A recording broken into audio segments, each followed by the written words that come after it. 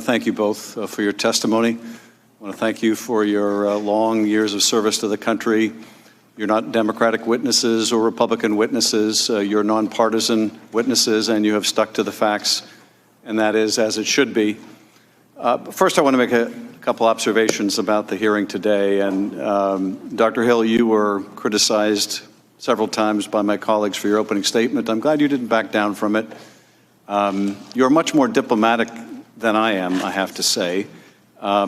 Anyone watching these proceedings, anyone reading the deposition transcripts would have the same impression that you evidently had from hearing my colleagues talk about the Russia hoax, that the whole idea that Russia had gotten involved in the 2016 election was a hoax put out by the Democrats. And of course, they're not alone in pushing out this idea. It is trumpeted by no one other than the President of the United States, who almost on a daily basis at times would comment and tweet and propagate the idea that Russia's interference in our election was a hoax. And of course, briefly, Lester Holt here in New York. We want to pause for a moment to allow some of our stations to return to local programming. For the rest of you, our coverage continues with the conclusion of today's hearings. Of the righteous indignation we heard in the committee today when the president questioned that fundamental conclusion of our intelligence agencies. But of course, they were silent when the president said that. They'll show indignation today, but they will cower when they hear the president questioning the very conclusions that our intelligence community has reached. But we saw something interesting also today. My colleagues sought to use you, Dr. Hale, to besmirch the character of Colonel Vindman. And I thought this was very interesting. It certainly wasn't unexpected, but it was very interesting for this reason. They didn't really question anything Colonel Vindman said. After all, what Colonel Vindman said is what you said. He was in that July 10th meeting. He heard the same quid pro quo, the same comments by Sondland. If you want this meeting, Ukrainians, and we have an agreement about this, you gotta announce you're gonna do these investigations. They heard the same quid pro quo that you did. So why are they smearing him? Mr. Holmes, you testified just as Vindman said, Colonel Vindman said, that he warned Zelensky about getting involved in U.S. politics. They don't question that. They didn't take issue with that. So why smear this Purple Heart recipient? Just like the smear of Ambassador Yovanovitch, it's just gratuitous. They don't question the facts. It's just gratuitous. The attack on you, Mr. Holmes, that you were indiscreet in mentioning this conversation to others. Well, I think you're quite right. The indiscretion is when an ambassador to the EU calls the president on an insecure line in a country known for Russian telecommunications and eavesdropping. That's more than indiscretion. That's a security risk. But why attack you, Mr. Holmes? They didn't question anything you said. They didn't question what conversation you overheard. Ambassador Sondland, indeed, didn't question what you said. He acknowledged that the one thing the president wanted to know the day after that conversation with Zelensky was, is he going to do the investigations? And Sondland said, yes, he'll do anything you ask. They don't question that. So why attack you? They didn't question your testimony when you said, and I think you asked Ambassador Sondland, does Donald Trump give a blank, and I would like to use the word here, about Ukraine? And he said, he doesn't give a blank about Ukraine. He only cares about the big stuff. And you said, well, there's some big stuff here. Ukraine's at war with Russia. That's kind of big stuff. And his answer was, no, no, no, no, no. He cares about the big stuff that matters to him, his personal interests, like the Biden investigation that Giuliani wants. I mean, one question posed by your testimony, Mr. Holmes, is what do we care about? Do we care about the big stuff, like the Constitution, like an oath of office, or do we only care now about party? What do we care about? But let's go beyond your testimony today. Let's look at the bigger picture. What do we know now after these depositions, these secret depositions? Now, people watching at home might not know that in these secret depositions, which apparently no one else is allowed to hear. No members are allowed to participate. It's just secret, apparently. Sounds like it's just me and the witness. Only over 100 members of Congress are able to participate in those secret depositions. And the minority was just so unable to participate. They got the same time they got in these open hearings. It was the same format. That was the secret star chamber that you've been hearing so much about. So what have we learned through these depositions and through the testimony? Because so much of this is really undisputed.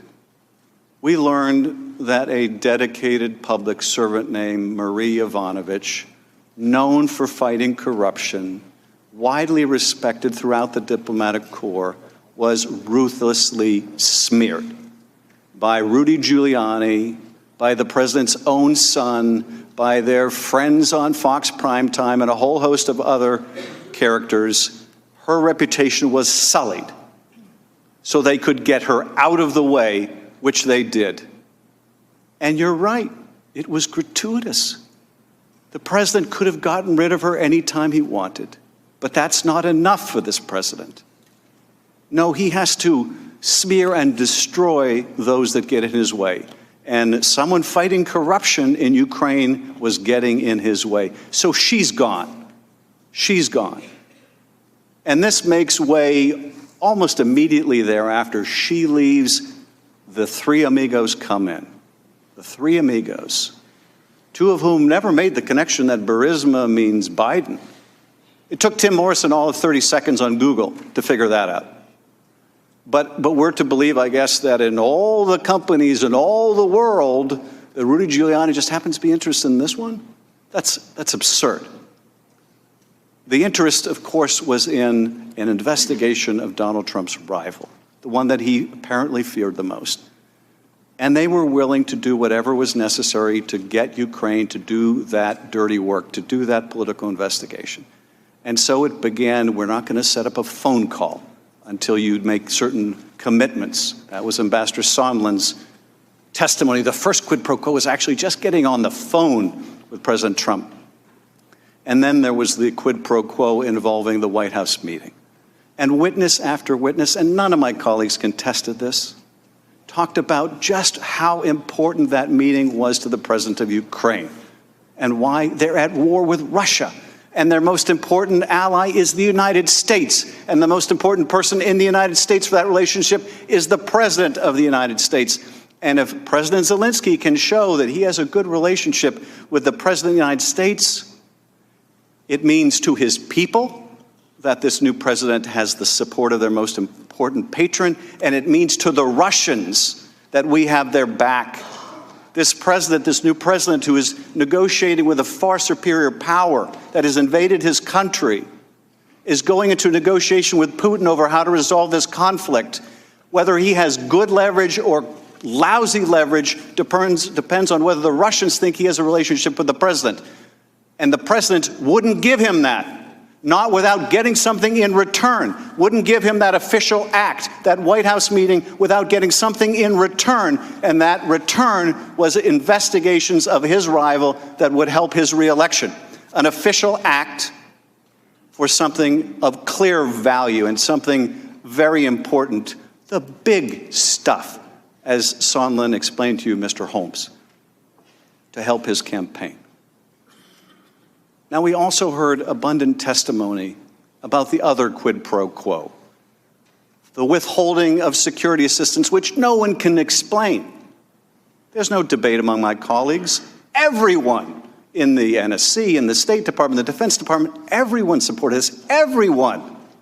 All the reviews that needed to be done to make sure that Ukraine was meeting its anti-corruption standards had been done. And they had found, to meet the criteria, the aid should have been released, but it was withheld, and no one could understand or get a clear explanation for why, until it became clear to everyone. It's all about the investigations. It's all about the leverage. And if there was any doubt about it, the man closest to the president, who meets with him every day, Mick Mulvaney, erased all doubt. You're darn right. Yes, we talked about the 2016 election investigation.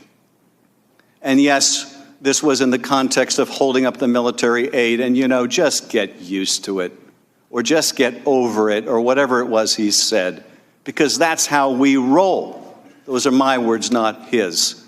But that's the import. Yeah, there's going to be politics, and just get over it. Well, if we care about the big stuff, we can't just get over it. Now, my colleagues have had a lot of defenses to all of this evidence, which has piled up day after day after day, and it's amazing. They hear you testify, Mr. Holmes, that it was clear that the security assistance was being withheld. It was clear to all of the Americans. It was clear to the Ukrainians. You testified the Ukrainians felt pressure. They still feel pressure to this day. And what did my colleagues say in the same hearing? I mean, I guess they're not listening. The Ukrainians felt no pressure. There's no evidence they felt pressure. Which gets into their next defense, which is, it's all hearsay. It's all hearsay. Now, most of my colleagues, I guess, are not lawyers. Lawyers out there understand just how wrong they are about what hearsay is, but let's just discuss this in terms that all people can understand. The impression they would have you take from it's all hearsay is because we in this committee were not in that wardroom with you, Dr. Hale. We were not in that meeting earlier with Dr. Bolton, that because we're not in the room, it's all hearsay. After all, you're relating what you heard and you're saying it, so it must be hearsay, and therefore, we don't really have to think about it, do we? We don't have to consider that you have direct evidence that this meeting in the White House was being withheld because the president wanted these meetings, these investigations. We can't accept that. Well, if that were true, you could never present any evidence in court unless the jury was also in the wardroom. That's absurd. They don't accept the documentary evidence, all the text messages about quid pro quos, and are we really saying, and that's crazy, and if my worst nightmare is the Russians will get it and I'll quit. They don't accept the documents, the few documents that we have from the State Department that weren't produced, by the way, by the State Department, where Sondland communicates directly with the Secretary of State about this investigative interest of the president. And they don't accept the documents either. I guess the documents are also hearsay. Now, it might be a little more convincing if they were joining us in demanding that the documents be produced, but of course they're not. And we know why not. Because the documents are like that one we saw on the screen. They implicate others, including Secretary Pompeo. So of course, Donald Trump and Secretary Pompeo don't want us to see those documents. But apparently it's all hearsay. Even when you actually hear the president, Mr. Holmes, that's hearsay. We can't rely on people saying what the president said. Apparently we can only rely on what the president says, and there, we shouldn't even rely on that either.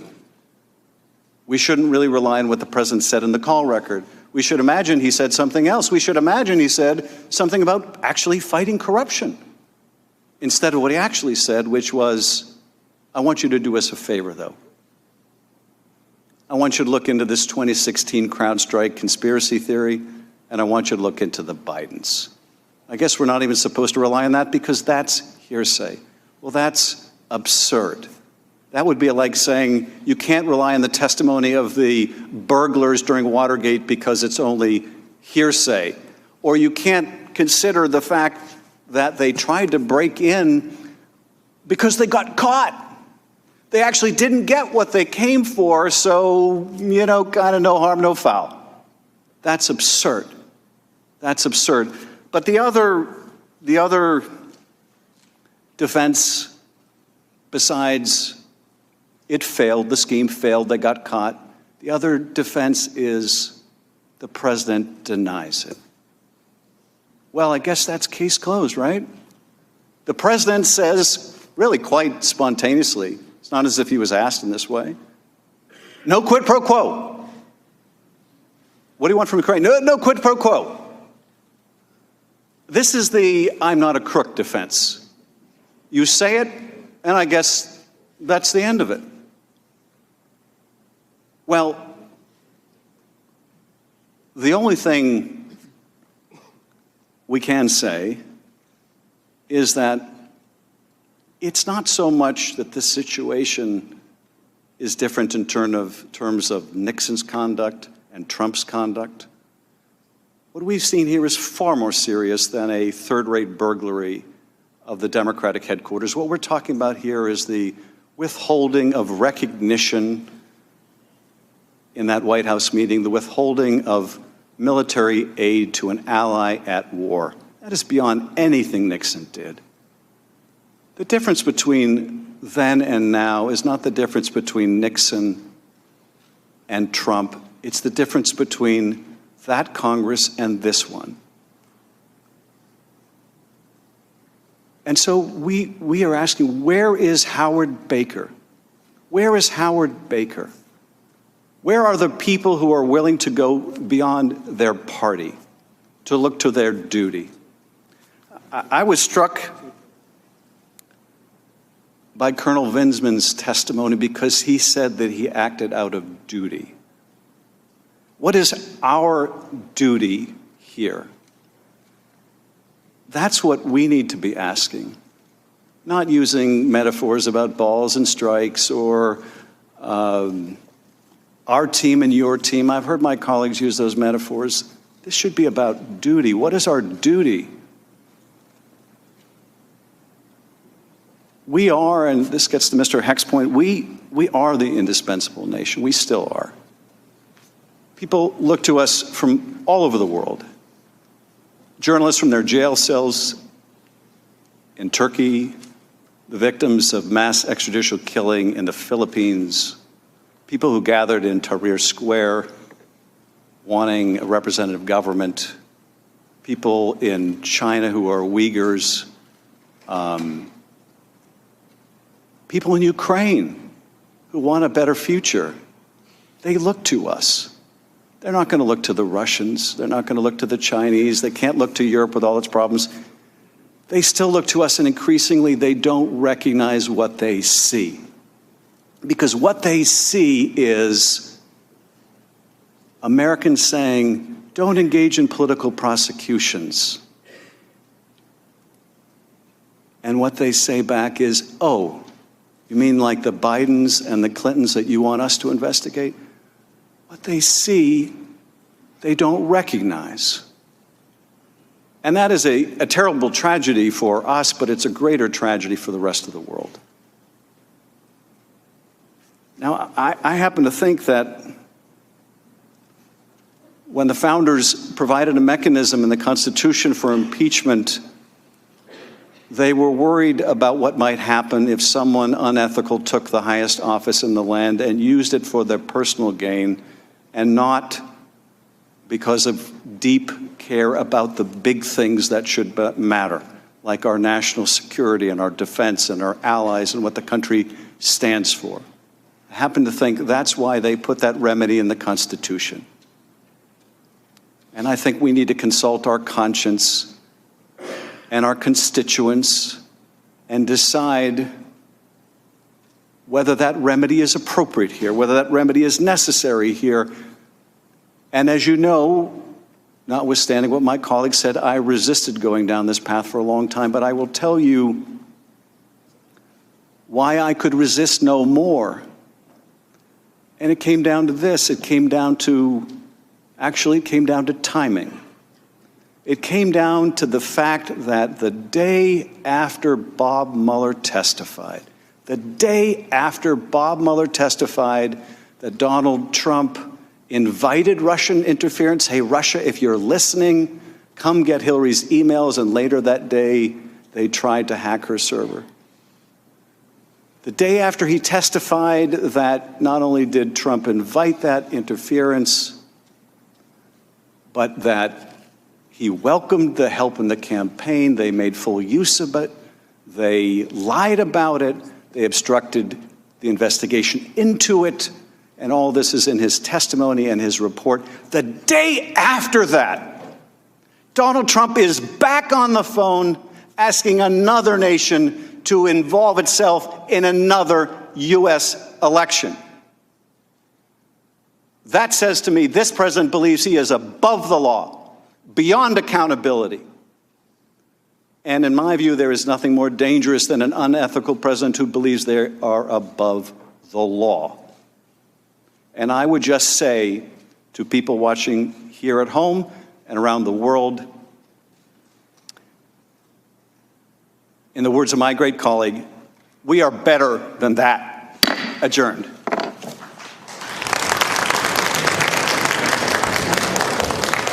Hey, NBC News viewers, thanks for checking out our YouTube channel. Subscribe by clicking on that button down here and click on any of the videos over here to watch the latest interviews, show highlights, and digital exclusives. Thanks for watching.